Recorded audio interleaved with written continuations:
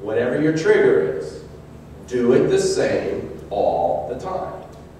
Every time. And you'd be surprised how all of a sudden it starts to come into focus and it becomes easier to do. Those of us that have ever tried a diet, we're not allowed down the ice cream aisle. Right? Because there's nothing in that aisle that's good for us. That whole side. Right? I heard somebody say, if food comes in your window, it ain't really food. If you're going to be on a diet, you can't go through the drive-thru at Burger King or go for that fourth meal now that Taco Bell is promoting. Okay?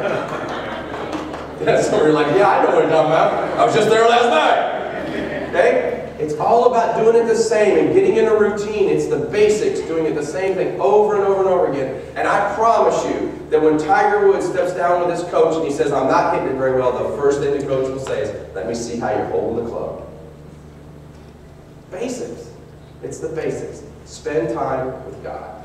God is found in this secret place, as Jesus said those words. God is not mythical, and He's not a mist that just wanders around, but you've got to intentionally go look for God sometimes to have an encounter with God. You've got to go find Him. What I mean by that is intentionally. Remember the word was, and then God who sees everything in secret will reward you. You've got to go find Him. The good news for God is that when He looks at you and me, He doesn't see us like we see ourselves. And He doesn't see us like everybody else sees us either. That's good. That's called grace. Okay? God sees us as His kids. He sees us in a loving relationship, forgiven and restored to right relationship with Him. That's good news. I don't know if you know that, but that's why it's called the good news.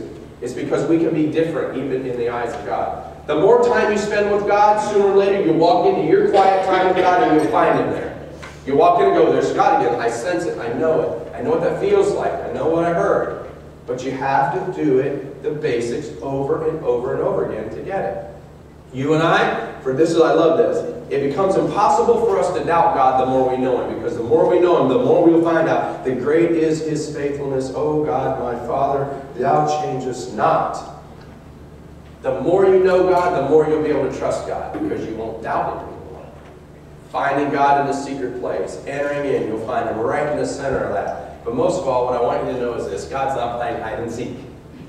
He doesn't run off and hide and say, oh, come find me. That's not the way it works. What He says is, if you come find me, if you ask, seek, and knock, you'll find me. You'll find me. Sometimes it's just about a hunger, a passion. We sang about that. We're coming back to the heart of worship. What is it? It's all about you. I got to find you. What would I bring? I'm going to bring a song? No. You want more than that. You want my heart. You want me. Get in the habit of talking to God about everything.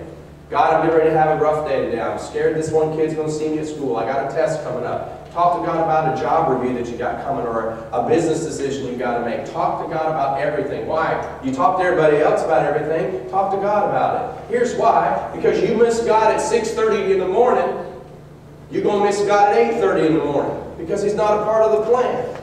And you might operate on a human level all day long and miss the God level simply because you just didn't say, God, open my eyes, show me what you're up to. Show me what you're doing.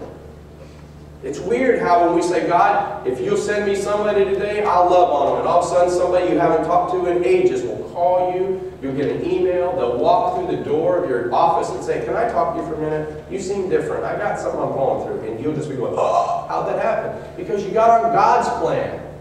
You're His agenda, not your own. Throw yours off to the side. Yours can wait. His might be eternal. Eternal. And there are people all the time that call the church. Listen, my life's on fire. I got to talk. Man, I don't know who God's going to send to us. That knock on the door, we never know who it's going to be.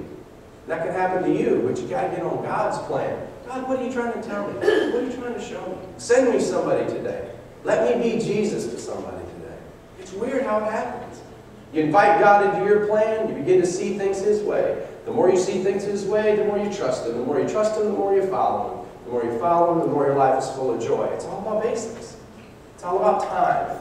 You didn't fall in love and marry the person you spent part of your life with without spending some time with them. Talking. Sometimes the conversation's fine, sometimes it's uncomfortable. Okay? But you still spent time. We make His thoughts our thoughts. We become more likely to see answers to our prayer. And this is why I ask you to bring your Bible. Some of us have known those little old ladies that when they pray, it's like God sits up and goes, oh, okay, yeah, Sister Bertha's praying, I better listen. I had one of those ladies at my home church. I had two of them, Marge Young and Bertha Billington. And when they talk, God listens. I believe that. And if I had something I wanted to pray about, I went to Bertha Billington. I said, Sister Bertha, I need you to pray about something. I was going through my Bible not too long ago and found a letter that she wrote me when I left home. This handwritten letter by this little old lady about how she's prayed for me and prayed for me and prayed. I have no idea. Those nights I used to drive home 2, 3 in the morning on those country roads through Indiana, I have no idea how many times the hand of God protected me from something just because Bertha prayed for me. I don't know. But what I do know is this, is that the more you get to know the mind of God, more likely you will pray for the things that are the will of God. And when you pray for the things that are the will of God, of course God's going to do what's His will. And so, you just need to know the mind of God better. And so do I. And so, that's why we use the Bible to do that. The Bible, we believe, as followers of Jesus, the Bible was divinely inspired of God. And what we mean by that is we have these guys that were deeply devoted to God, and that God expressed His will and His heart and His passion in words. And these guys wrote it down.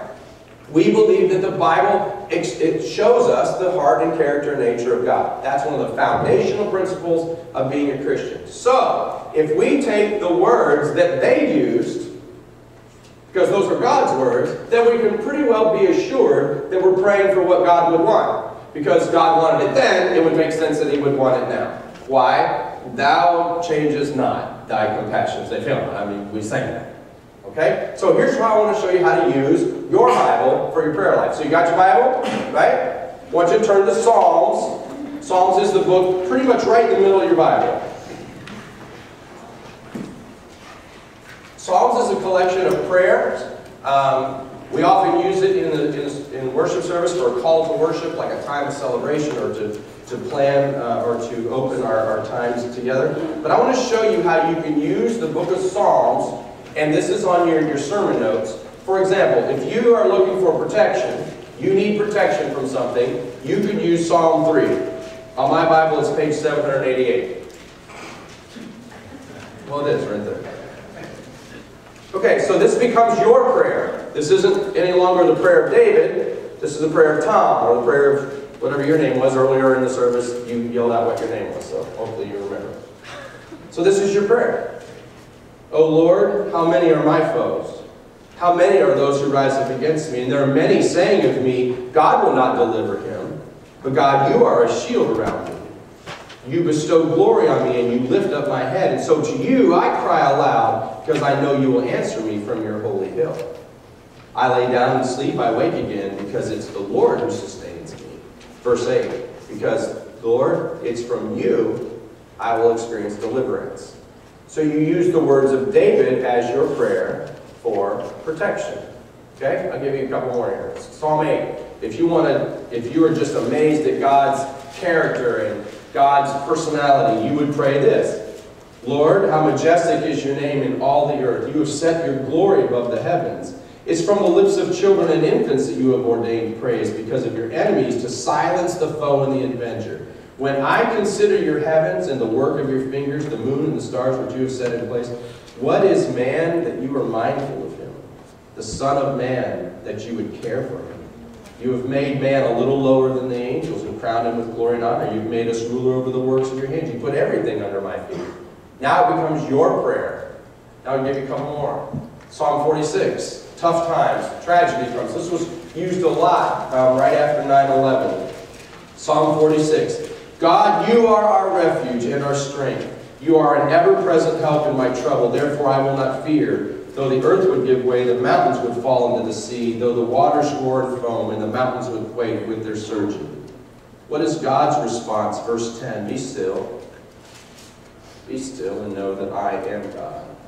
I will be exalted among the nations. I will be exalted in the earth.